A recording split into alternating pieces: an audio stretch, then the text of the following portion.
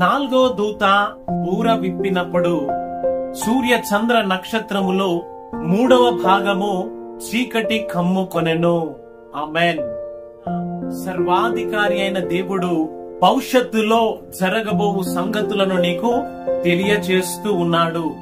పరలోకమందు 4వ దూత ఊర విప్పినప్పుడు సూర్యునిలో 3వ భాగము ప్రకాశించకుండునట్లు, చంద్రుడిలో 3వ భాగము ప్రకాశించబడకుండునట్లు కొట్టబడెను. హల్లెలూయా. ఈ రోజున భవిష్యత్తులో జరగబో సంగతులను వింటున్న నీవు ఆ అద్వితీయ సత్య దేవుణ్ణి విశ్వసించి తన నిత్య రాజ్యములోనికి నీవు నడిపించబడుదువుగాక. ఆమేన్. ఆమేన్.